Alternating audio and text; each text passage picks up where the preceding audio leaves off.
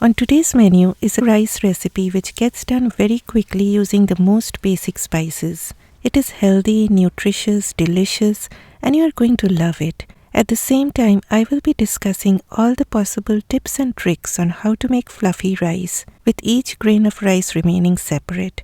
Namaskar and welcome to Curries with Bumbi. The very first thing you need to do is to rinse the rice grains thoroughly. I've shown how to do that in another video. The link to that video is in the description box. Soak the rice for 30 minutes and please set a timer for this. I always use basmati rice for this recipe. If you are using Sela basmati, soak it for about an hour. But for ordinary basmati rice, 30 minutes is enough. After that, drain all the water by passing it through a strainer and let the rice sit in the strainer. As advised by one of my viewers, nowadays I do not throw away this rice rinsed water, but I water my indoor plants with it. In a pot, add 2 tablespoons of ghee and 1 tablespoon of oil. You can use only oil as well in place of ghee, but in that case use 4 tablespoons of oil. Once the ghee turns warm, add a dry bay leaf, a small cinnamon stick, 2 dry red chillies and a teaspoon of cumin seeds. Now these are the chilies that I grew this summer, and I dried some of them to use as dry red chilies. Stir the cumin seeds for a few seconds till they turn fragrant, and then the sliced onions enter the pot. Fry the onions on medium-high heat. You do not need to brown them up too much, as that will change the color and flavor of this dish. This is a very simple yet very elegant dish. So when the onions look pale like this, add about a tablespoon of grated ginger. Stir the ginger on low heat. If the heat is too high, then the ginger may turn bitter. So stir it on a low heat for a few seconds. Then in goes Mr. Potato. This recipe calls for potatoes, but you can always leave them out if you choose to. You can also use sweet potatoes or carrots in place of potatoes. Fry the potatoes on medium heat for about 5 minutes. Then the cauliflower joins the party. Cut the cauliflower into chunky pieces. If you cut them too small, then they will disappear at the end. If you are using fresh green peas, then add them along with the cauliflower.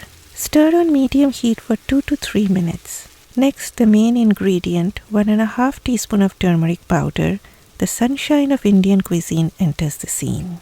Add 2 teaspoons of salt. Remember, my friends, your rice should be well seasoned, or else everything will taste bland. That won't be good. Stir on medium heat for 2 to 3 minutes. Add 1/4 cup of hot water, then immediately cover on and keep it on medium to low heat for about 3 minutes. For cooking any rice recipe, please choose a pot much larger than the amount of rice taken, and something that has a heavy bottom.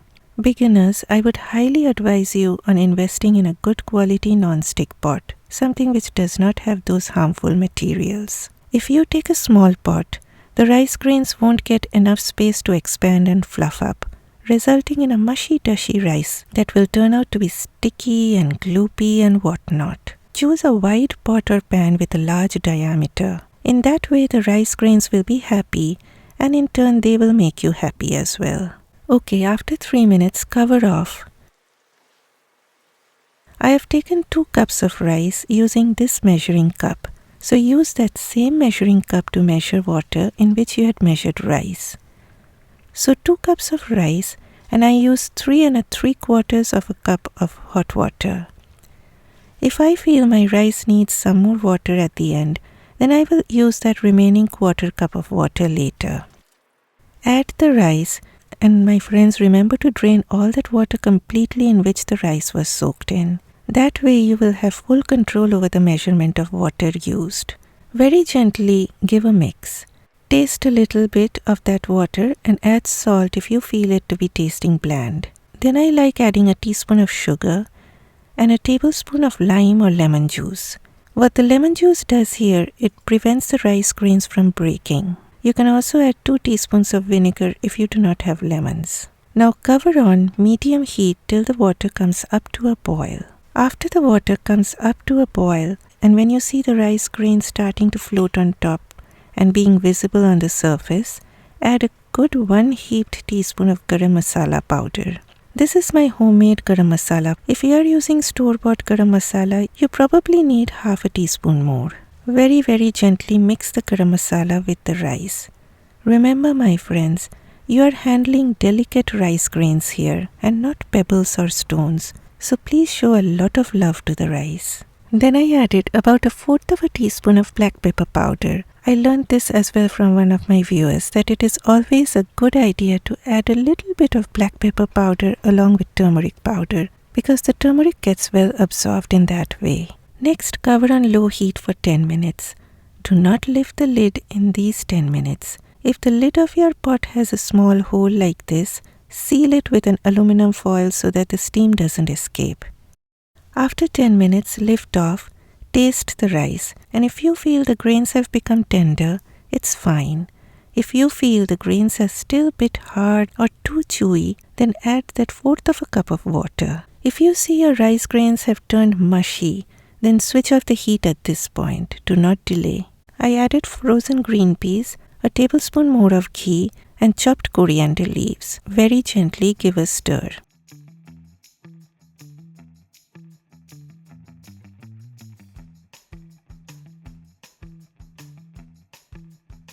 Then cover on very low heat for 2 to 3 minutes. After that, switch off the heat and immediately transfer the pot from the stove to the tabletop. Cover it with a towel and keep it like this for 15 minutes. My friends, never even think of opening the lid in these 15 minutes because the residual heat will do all the magic of fluffing up the rice at this time. More the rice sits, the fluffier it will get. So 15 minutes is the minimum standing time that you need to give. After that, it's time to reveal the moment of truth. Discard the cinnamon stick and bay leaf. Using a flat thin spoon or flat spatula like this, very gently fluff up the rice. You need to fluff up from the surface and then slowly go down to the bottom of the pot. If you do not like potatoes, leave it out. Just make it with cauliflower and green peas. You can also use sweet potatoes or carrots in place of potatoes. Do whatever you want to do. Now my friends, I served this with a delicious roasted sweet potato raita. That video will be uploaded tomorrow, so please check that out. You don't want to miss on that. It is too delicious. You can also serve this with any raita of your choice, or maybe a vegetable or tofu or paneer korma. Chicken or lamb bhuna also goes very well with this. Or maybe egg masala curry, that's my husband's favorite. I have all those recipes on my channel. As you can see, each grain of rice is separate.